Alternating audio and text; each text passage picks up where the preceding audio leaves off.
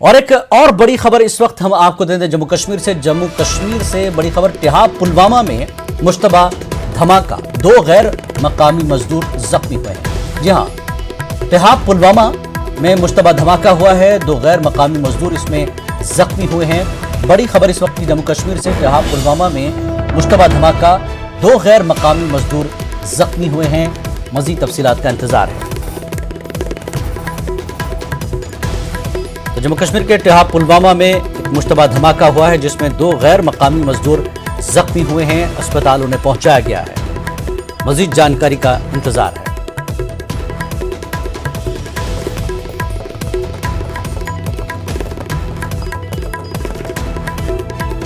जम्मू कश्मीर के तिहाब पुलवामा में मुश्तबा धमाका हुआ है।